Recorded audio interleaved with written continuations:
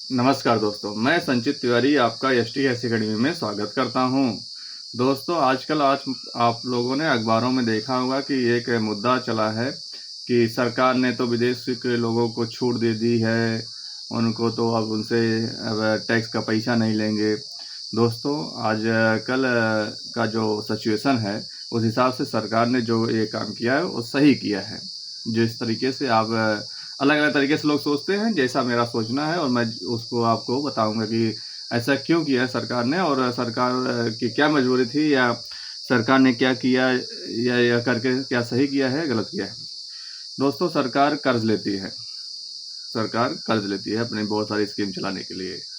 लोगों को जो भी सब्सिडीज़ देनी है, उसके लिए कर्ज़ लेती है। तो उसके लिए जारी करती है सरकारी प्रतिभूति। सरकारी प्रतिभूति आप लोग समझ लीजिए कि एक कागज़ का टुकड़ा होता है, सरकारी बॉन्ड होता है। जैसे आपने देखा है कि बहुत से लोग बॉन्ड जारी करते हैं।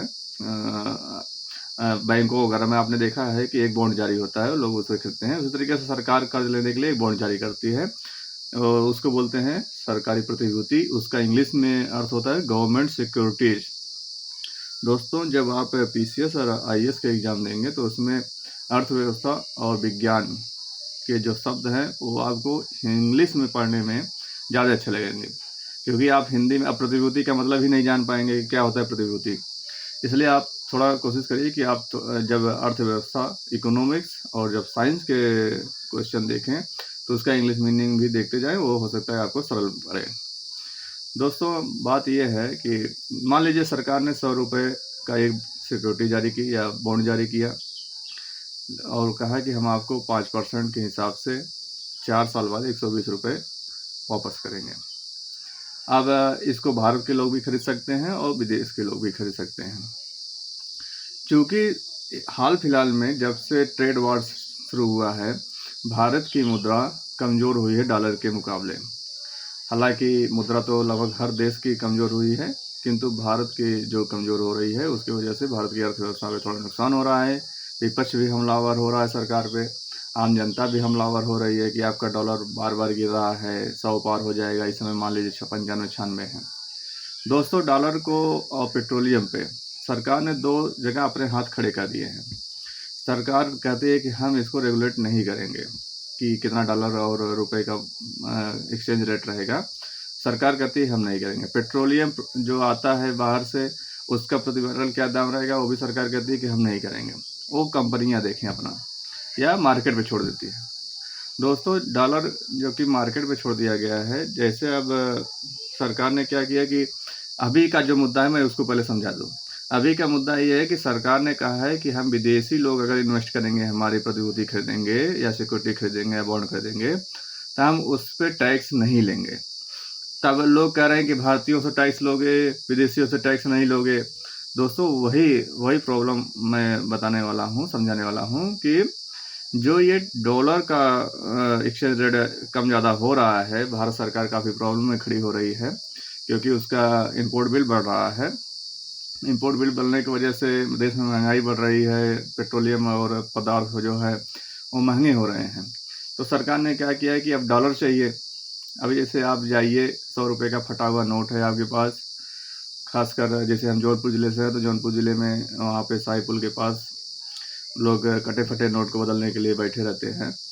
तो कोई 90 रुपये देता है, कोई 91, कोई 92। तो जो 92 देगा तो हम, जाहिर सी बात है कि हम उसी से अपना नोट एक्सचेंज करेंगे, फटे हुए नोट।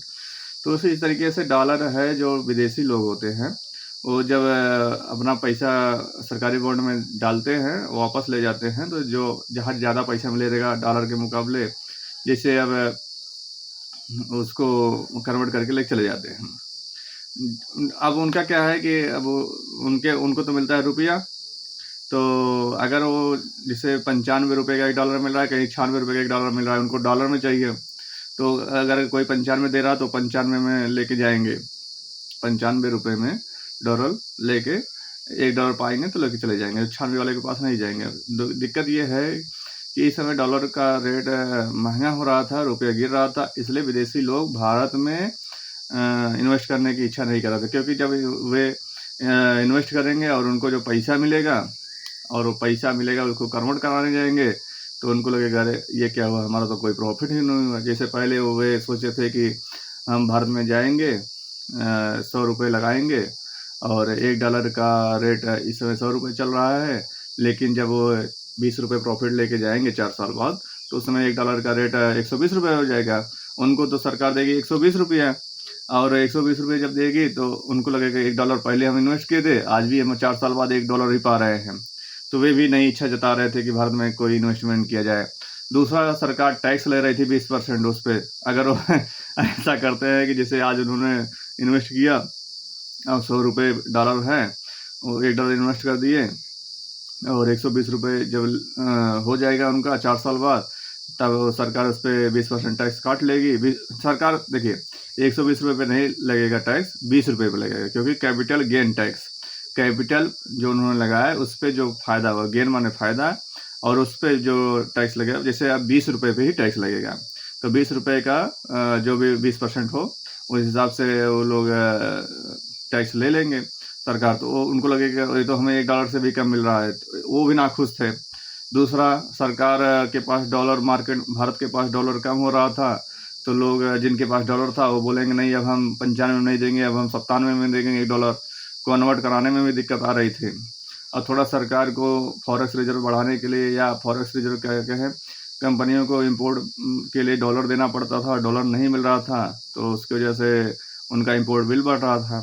तो इन सब वजहों से विदेशी लोगों को अपने तरफ आकर्षित करने के लिए सरकार ने कहा है कि हम विदेशी लोग से टैक्स नहीं लेंगे। जब टैक्स नहीं लेंगे तो अब विदेशी लोगों को लगेगा कि चलिए अब भारत में टैक्स नहीं लग रहा है, अब भारत के सरकारी बॉन्ड में इन्वेस्ट किया जाए, तो ज़्यादा जब लोग आ जाएंगे भारत में और पैसा ज़्यादा लाएंगे तो डॉलर लाएंगे, क्योंकि बाहर से आ रहे हैं।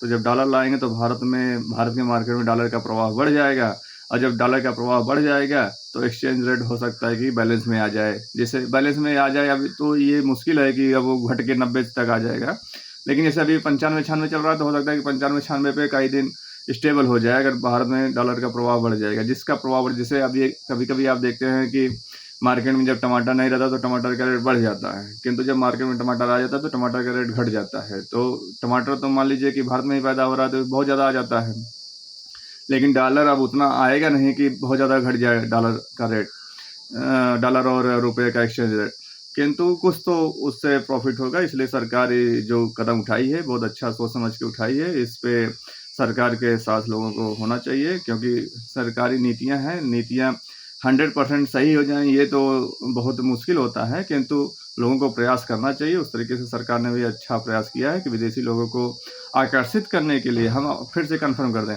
विदेशी लोगों को भारत में निवेश के लिए आकर्षित करने के लिए सरकार ने कैपिटल गेन टैक्स को माफ़ कर दिया है।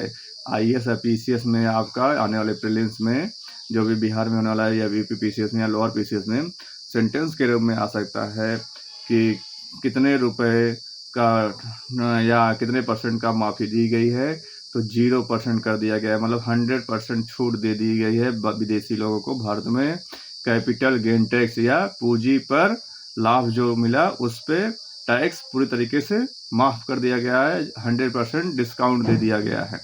अब विदेशी लोग भारत में पूंजी लगाएंगे, उनके पूंजी पे जो भी लाभ होगा, लाभ पे कोई टैक्स नहीं लगेगा।